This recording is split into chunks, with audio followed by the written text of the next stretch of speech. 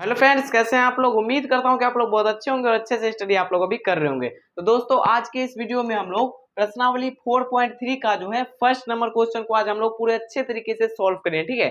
और इससे पहले जितने भी क्वेश्चन है यानी कि एक्सरसाइज है उन सारे को मैंने क्लियर कर दिया है। अगर आप लोगों ने उसका वीडियो नहीं देखा है ना, तो मैं नीचे लिंक डिस्क्रिप्शन बॉक्स में दे दूंगा, आप लोग वहां पे एक बार जाके चेक कर लीजिएगा, ठीक है। चलिए स्टार्ट करते हैं और आप लोग वीडियो को लास्ट देखिएगा, तब जाके आप लोग को अच्छे से समझ में आएगा। देखिए, सबसे पहले हम लोग क्वेश्चन को पढ़ लेते हैं। हमारे पास क्वेश्चन क्या है, तो क्वेश्चन है हमारे पास कि यदि निम्नलिखित द्विघात समीकरणों के मूलों का अस्तित्व हो तो इन्हें पूर्ण वर्ग बनाने की विधि द्वारा ज्ञात कीजिए। सबसे पहले तो आप लोग को यहाँ पे समझने वाली बात यह है कि बोल रहा है कि मूलों का अस्तित्व हो तो अस्तित्व का मतलब क्या होता है, अस्तित्व कैसे हम लोग निकालते हैं। देखिए, अस्तित्व जब भी हम लोग को निकालना हो तो पहले यहाँ पे देखिए द्विघात समीकरण दिया हुआ है और हम लोग को मूलों का अस्तित्व निकालना है। तो कैसे निकलेगा, जब भी यहाँ पे आ जाए कि d बराबर जीरो आ जाए, जब भी d बराबर जीरो आ जाए तो वो मूलों का अस्तित्व यानी कि है। और हम लोग को जब होगा यानी कि मूलों का अस्तित्व होगा यानी कि जब d बराबर जीरो आ जाए तो तब जाके हम लोग को जो है पूर्ण वर्ग विधि द्वारा बनाना है, अन्यथा नहीं बनाना है। यानी कि जब माइनस में आ जाए ना तो नहीं बनाना है, और प्लस में आए यानी कि जब d यानी कि जीरो से जब d बड़ा हो जाए यानी कि जीरो से d बड़ा हो जाए यानी कि कोई प्लस वाला संख्या एक आ जाए, दो आ जाए, पांच आ जाए, छह आ जाए, यानी कि कोई भी प्लस वाला धनात्मक संख्या कोई भी आ जाए, तब जाके भी हम लोग को पूर्ण वर्ग विधि द्वारा बनाना है। लेकिन ध्यान में रखना है कि जब भी जीरो से डी छोटा हो जाए यानी कि कोई माइनस वाला ऋणात्मक वाला संख्या आ जाए माइनस में, जैसे कि माइनस एक, माइनस दो, कोई भी संख्या आ जाए माइनस में, तो हम लोग को उसमें मतलब पूर्ण वर्ग विधि से नहीं बनाना है, वहां पे लिख देना है कि यह मूल अस्तित्व में नहीं है, और वही हो जाएगा उसका आंसर। लेकिन यह जब भी यह दो कंडीशन आए कि जब डी बराबर जीरो आ जाए और जीरो से डी बड़ा हो, तो हम लोग को पूर्ण वर्ग विधि द्वारा बनाना है। और जीरो से हमेशा डी बड़ा होना चाहिए यानी कि कोई प्लस वाला संख्या होना चाहिए। लेकिन आप लोग को ध्यान में रखना है कि जब भी जीरो से डी छोटा हो जाए यानी कि माइनस में कोई संख्या आ जाए तो वहां पे अस्तित्व में नहीं होगा। तो आइए अब हम लोग क्या करते हैं, तो हल करते हैं। ये तो आप लोगों ने समझ लिया कि अस्तित्व में कैसे होता है और कैसे नहीं होता है। अब आइए यहाँ पे समझते हैं द्विघात समीकरण के द्वारा। देखिए, हमारे पास ये द्विघात समीकरण दिया हुआ है कि 2x² माइनस में 7x और प्लस का 3। इसमें तो आप लोग को एक चीज मालूम है ना कि कौन चर होता है कौन अचर होता है। नहीं मालूम है तो यहाँ पे आ जाइए कि कौन सा चर होता है और कौन अचर होता है। देखिए, सबसे पहले यहाँ पे देखिए 2 है, 7 है और 3, यानी कि जितने भी नंबर वाले संख्या है ये सब अचर संख्या होते हैं। और ये जो है ना x x ये जितने भी में मतलब x लगे हैं यानी कि x हो y हो उससे कोई मतलब है नहीं है। देखिए, x वाले को हम लोग चर कहते हैं और ये नंबर जो है 2 3 4 5 इसको हम लोग अचर कहते हैं। ये तो आप लोगों ने क्लियर हो गया। और एक बात कि चर किसे कहते हैं, चर उसे कहते हैं जिसका मान चेंज होते रहता है। जैसे कि यहाँ पे देख सकते हैं x बराबर कभी भी 2 आ जाए, कभी x का मान 3 भी आ जाता है, कभी 5 भी, यानी कि चेंज होते रहता है, उसको हम लोग चर कहते हैं। और अचर किसे कहते हैं, तो अचर उसे कहते हैं जिसका मान कभी भी चेंज नहीं होता है। अगर 2 आया तो 2 ही रहेगा, 2 को हम लोग जो है ना 10 नहीं बोल सकते हैं, अगर 10 आया तो उसको हम लोग 20 नहीं बोल सकते हैं, वही होता है अचर संख्या, ठीक है। तो आप लोगों ने क्लियर कर लिया कि चर और अचर किसे कहते हैं। अब आइए हम लोग क्या करते हैं, तो डी निकालते हैं। तो सबसे पहले यहाँ पे क्या करेंगे, तो सबसे पहले यहाँ पे हल लिख लेते हैं और उसके बाद क्या करेंगे, तो यहाँ पे a का मान निकाल लेते हैं। तो देखिए, a का मान यहाँ पे 2x² है यानी कि हम लोग केवल अचर वाला लेंगे, तो अचर वाला यहाँ पे 2 है तो 2 ले लिए। और फिर यहाँ पे b लेंगे, b बराबर कितना आ जाएगा, तो माइनस में 7 आ जाएगा क्योंकि ये अचर है। और c फिर कितना आ जाएगा, तो c तो यहाँ पे देख सकते हैं इसमें चर है ही नहीं, तो यहाँ पे ये 3 ही होगा। अब इसका d निकाल लेंगे यानी कि d को हम लोग जो है विवेचक भी बोलते हैं और विविक्तर भी बोलते हैं, ये बात आप लोग ध्यान में रखिएगा, ठीक है। तो देखिए, d बराबर जो फॉर्मूला होता है वो होता है b² और माइनस में 4ac। ये आप लोगों को मालूम है कि d बराबर जो होता है b² माइनस में 4ac। मैंने देखिए 4 चैप्टर के जितने भी फॉर्मूले हैं उन सारे को मैंने एक वीडियो में मतलब कंप्लीट कर दिया। अगर आप लोगों ने उसका वीडियो नहीं देखा है तो नीचे लिंक डिस्क्रिप्शन बॉक्स में, आप लोग वहां पे जाके एक बार चेक कर लीजिए और जितने भी फॉर्मूले हैं उन सारे को आप लोग माइंड में सेट कर लीजिए, क्योंकि उसमें मैंने याद करने की मतलब कोई जरूरी है नहीं है, मैं उसमें मतलब पूरा समझा दिया हूँ पूरा फॉर्मूला को, ठीक है। तो चलिए यहाँ पे आइए देखते हैं। फिर देखिए, b² माइनस में 4ac है तो यहाँ पे देखिए b का मान कितना है, तो b का मान माइनस में 7 है, तो यहाँ पे हम लोग लिखेंगे माइनस में 7 और होल स्क्वायर है तो यहाँ पे स्क्वायर कर देंगे।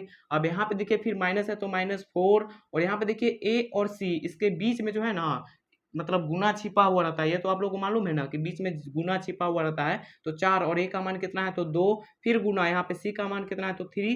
अब आइए इसको सॉल्व कर लेते हैं। तो यहाँ पे देखिए 7 का स्क्वायर करेंगे तो 7 सत्ते हो जाएगा 49। और यहाँ पे देखिए आप लोग बोलिए कि माइनस क्यों नहीं है, क्योंकि यहाँ पे देखिए माइनस गुना माइनस करेंगे। देखिए स्क्वायर का मतलब होता है जैसे 7 गुना 7, यानी 7 2 है ना, तो 2 बार 7 को कर देंगे गुना, तो 7 सत्ते हो जाएगा 49। और माइनस माइनस गुना कर देंगे तो प्लस हो जाएगा, यानी कि प्लस में 49 आ गया, तो हमारे पास 49 आया। फिर माइनस है तो माइनस, यहाँ पे देखिए 4 दूनी 8 और 8 तरीके हो जाएगा 24। अब इसको जब माइनस कर देंगे यहाँ पे तो हमारे पास आएगा 25, यानी कि डी बराबर जो निकल के आया वो कितना निकल के आया तो डी बराबर 25 निकल के आया। अब देखिए जब प्लस में 25 आया, ये तो माइनस में नहीं है, तो जब प्लस में आ गया है तो यह अस्तित्व में है। तो हम लोग क्या करेंगे, तो यहाँ पे पहले लिख देंगे कि अस्तित्व में है, यहाँ पे लिखेंगे कि अस्तित्व में है। और जब अस्तित्व में है तो क्वेश्चन क्या बोल रहा है कि पूर्ण वर्ग बनाने की विधि द्वारा ज्ञात कीजिए, यानी कि हम लोग को पूर्ण वर्ग विधि द्वारा बनाना है। तो आइए इसको यहाँ पे साफ कर लेते हैं। तो देखिए पूर्ण वर्ग विधि बहुत ही सिंपल है बनाने, आप लोग को मतलब आ जाएगा। आज आप लोग को वीडियो को बस लास्ट तक देखना है, बस आप लोग को मैं आज सिखा ही दूंगा। देखिए बहुत ही सिंपल होता है, यहाँ पे लिख देंगे कि यहाँ पे लिखेंगे पूर्ण वर्ग विधि, पूर्ण वर्ग विधि, पूर्ण वर्ग विधि से। अब इसमें क्या करना होता है, तो सबसे पहले आप लोग को तो यहाँ पे देखिए कि हमारे पास द्विघात समीकरण है, तो द्विघात समीकरण दिया हुआ है, ठीक है। अब हम लोग को जो है यहाँ पे देख सकते हैं कि यहाँ पे एक्स स्क्वायर का गुणांक क्या है। गुणांक का मतलब आप लोग समझते हैं ना कि कोई पूछे कि एक्स स्क्वायर का गुणांक क्या है, तो यहाँ पे देखिए 2x स्क्वायर है, ठीक है। अब इसका पूछ रहा है कि गुणांक क्या होगा, तो गुणांक इसका देखिए यहाँ पे 2 से गुना हुआ है कितना में, तो एक्स स्क्वायर में 2 से गुना है, तो इसका गुणांक जो है 2 हो जाएगा, यानी कि जितना से गुना हो गया वही उसका गुणांक हो गया। आप लोग को समझ में आ गया। चलिए यहाँ पे अब देखिए कि x का गुणांक पूछ दे, तो यहाँ पे x का गुणांक 7 हो जाएगा, यानी कि कोई भी संख्या हो, 7 हो 8 हो, कोई भी संख्या हो, बस गुणांक जिससे गुना हो जाता है उसको ही हम लोग गुणांक बोलते हैं, ठीक है। तो आप लोगों ने इसको क्लियर कर लिया। देखिए यहाँ पे क्या करना है कि यहाँ पे पहले जो है ना एक्स स्क्वायर के गुणांक से सभी में भाग दे देना है, यानी कि इसका जो गुणांक होगा एक्स स्क्वायर का, ये जो दो गुणांक है, ये 2 से सभी में भाग दे देंगे। तो यहाँ पे पहले लिख देंगे कि एक्स स्क्वायर, यानी कि एक्स का स्क्वायर से, एक्स स्क्वायर से नहीं, ऐसे नहीं लिखेंगे, इसका ऐसे लिखेंगे यहाँ पे कि एक्स स्क्वायर के गुणांक से, यहाँ पे लिखेंगे एक्स स्क्वायर के गुणांक से, गुणांक से यानी कि 2 से, यहाँ पे लिख देंगे एक्स स्क्वायर के गुणांक 2 से, यानी कि इसका गुणांक 2 है ना, तो 2 से सभी में भाग देने पर, सभी में क्या करने पर, तो भाग देने पर लिखेंगे, भाग देने पर लिख दिया। अब देखिए आइए, सब में भाग देने का मतलब होता है बटा में, यानी कि यहाँ पे 2x स्क्वायर बटा में 2 हो जाएगा। तो आइए यहाँ पे लिखते हैं कि 2x स्क्वायर, और भाग देने का मतलब क्या हो गया कि बटा में 2 लगा देना है, यानी सभी में। तो यहाँ पे 2 लगा दिए, फिर प्लस है यानी माइनस है तो माइनस, यहाँ पे देख सकते हैं माइनस है तो माइनस। अब 7x है तो यहाँ पे लिखेंगे 7x, और बटा में 2 हो जाएगा यहाँ पर भी, और यहाँ पे फिर प्लस है तो प्लस, यहाँ पे 3 बटा में 2 हो गया, और बराबर में कुछ नहीं है, यहाँ पे 0 है ना, तो 0 लगा देंगे। अब देखिए यहाँ पे क्या करना है कि जो कटेगा उसको कटा देंगे पहले, ठीक है। यहाँ पे 2 से 2 कट गया, बचा यहाँ पे एक्स स्क्वायर, तो यहाँ पे लिख देंगे एक्स स्क्वायर, तो एक्स स्क्वायर यहाँ पे लिख दिया।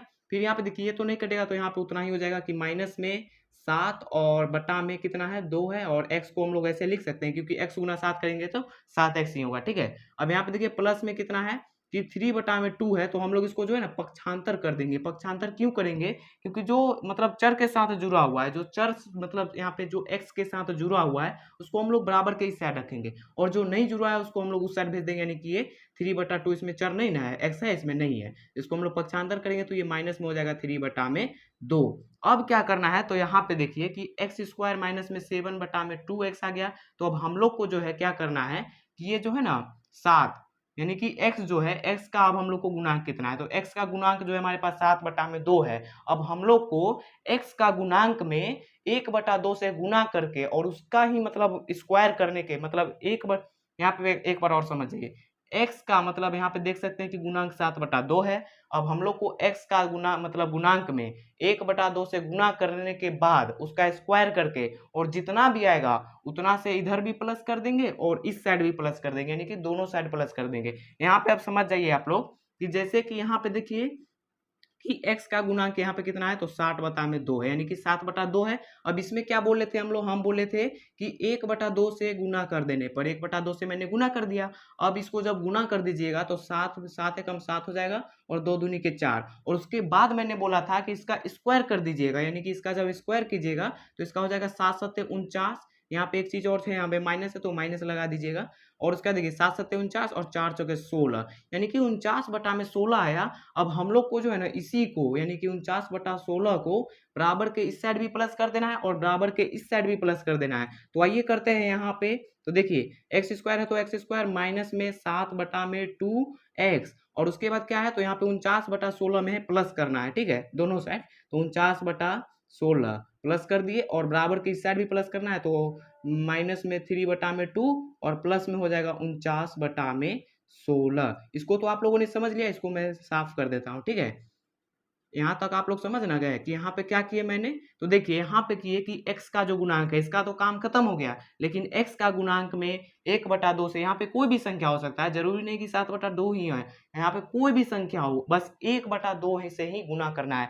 हमेशा यही याद रखिएगा कि कोई भी संख्या हो 1/2 से ही गुना करना है। 1/2 से गुना करके उसका स्क्वायर कर दीजिएगा, और जो भी आएगा वो दोनों साइड प्लस कर दीजिएगा, बस इतना ही आप लोग को याद रखना है, ठीक है। तो चलिए अब यहाँ पे देखिए क्या करना है। तो सबसे पहले यहाँ पे देखिए, इसको तो वैसे ही रहने देंगे। यहाँ पे आप लोग एक बात ध्यान दीजिएगा कि यहाँ पे ये ए स्क्वायर के रूप में है, और यहाँ पे देखिए बी स्क्वायर के रूप में है, और ये 2b है, 2ab है। जब इसको आप लोग सॉल्व कीजिएगा ना 2ab, यानी कि इसका जो कंडीशन है यहाँ पे आप लोग समझिए कि ए स्क्वायर और यहाँ पे बी स्क्वायर, तो हम लोग को यहाँ पे a माइनस बी का होल स्क्वायर, यानी कि जब इस पे आप लोग इसका मान पुट करके और जब सॉल्व कीजिएगा तो इतना ही आएगा, इतना ही आएगा। आप लोग एक बार सॉल्व करके देख लीजिएगा, विश्वास नहीं है तो, ठीक है। अब यहाँ पे देखिए कि हमारे पास, इसको सॉल्व कर लेते हैं पहले। तो यहाँ पे जब इसको सॉल्व करेंगे ना तो बराबर में यहाँ पे देखिए कि यहाँ पे हो जाएगा 16, और 2 का जब एलसीएम लेंगे तो 16 ही होगा, और 2 से जब 16 में भाग देंगे तो 8, और 8 तरीक हो जाएगा 24, तो माइनस में 24, क्योंकि माइनस है तो माइनस, प्लस है प्लस, यहाँ पे देखिए 16 एकम 16 एक बार में कट गया, 16 16 कट गया ना,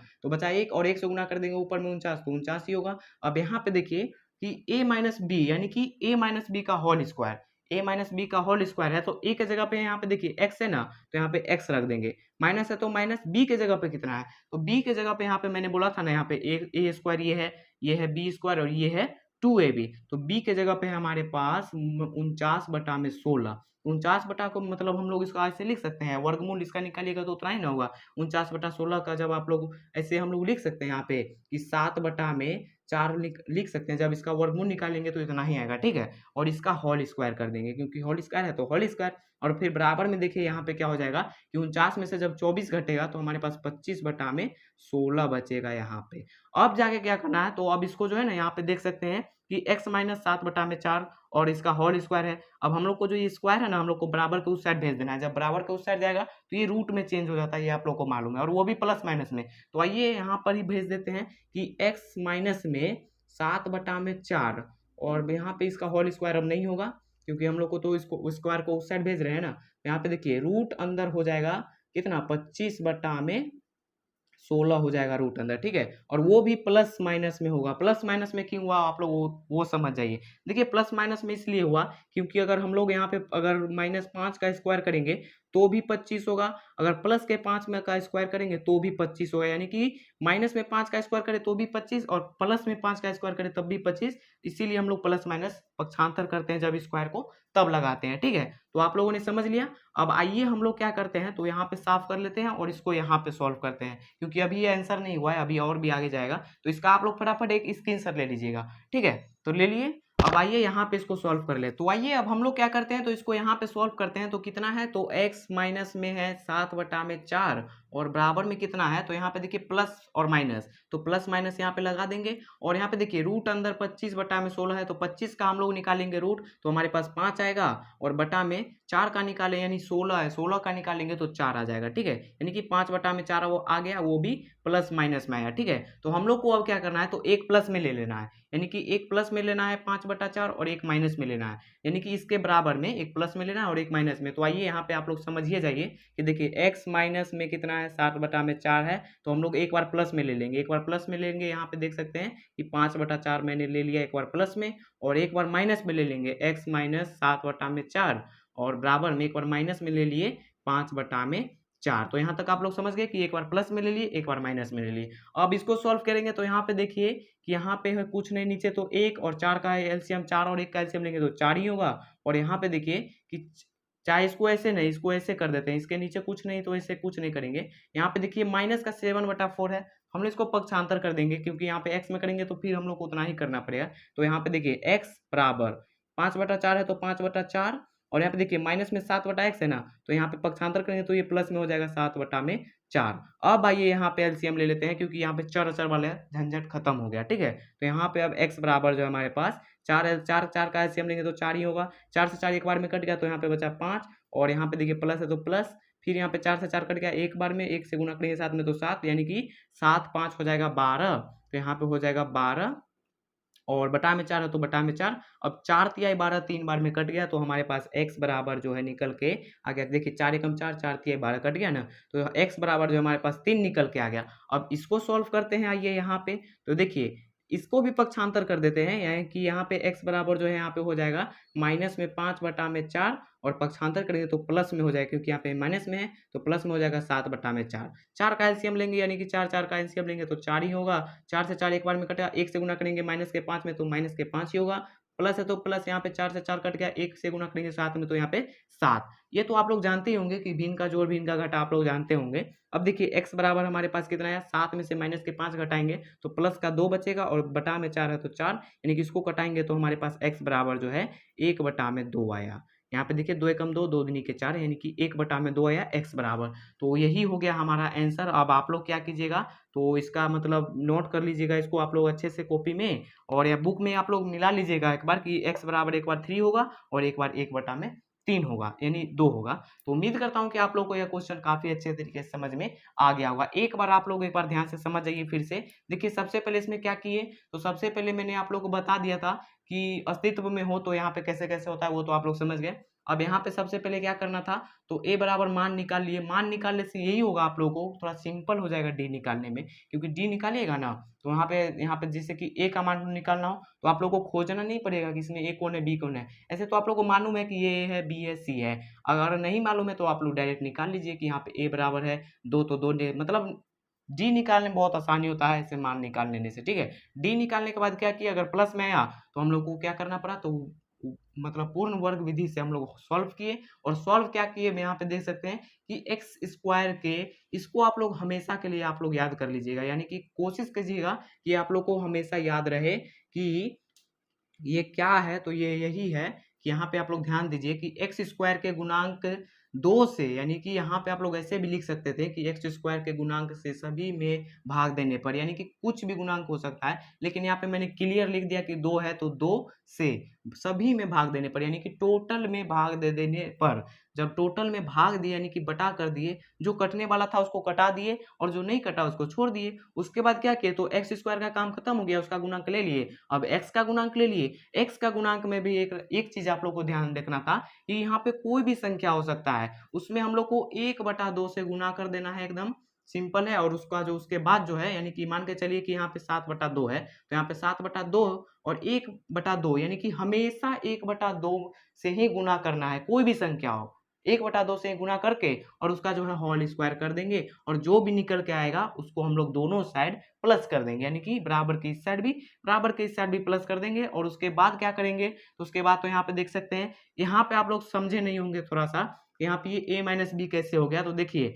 ये है a स्क्वायर, और उसके बाद यहाँ पे देखिए बी स्क्वायर हो जाएगा, यहाँ पे जो है 2ab होगा। जब आप लोग यहाँ पे इसका मान रख के इसको सॉल्व कीजिएगा ना, इसको जब सॉल्व कीजिएगा कि x माइनस में 7/4 और इसका होल स्क्वायर, इसको जब सॉल्व कीजिएगा, एक बार आप लोग सॉल्व कर लीजिए, इतना ही प्राप्त होगा आप लोग को, इतना ही प्राप्त होगा। मैं एकदम गारंटी के साथ बोल रहा हूँ कि एक बार आप लोग सॉल्व करके देख लीजिए, इतना ही प्राप्त होगा, ठीक है। इसीलिए यहाँ पे a माइनस बी का हम लोग रख दिए मान कि x है तो x, फिर माइनस है तो माइनस, यहाँ पे फॉर्मूला माइनस है, फिर b का जगह पे यहाँ पे 49/16 था, तो हम लोगों ने उसको क्या किया, तो 7/4 ले लिए, क्योंकि इसका अगर हम लोग वर्गमूल करेंगे ना तो उतना ही आएगा 49/16, ठीक है। तो उम्मीद करता हूँ कि आप लोग को यह मतलब क्वेश्चन अच्छे तरीके से समझ में आ गया होगा। तो चलिए अब मिलते हैं नेक्स्ट वीडियो में दूसरे क्वेश्चन के साथ, क्योंकि ज्यादा लंबा नहीं होना चाहिए वीडियो, क्योंकि आप लोग को देखने में मजा नहीं आएगा, ज्यादा लंबा हो जाता है, ठीक है।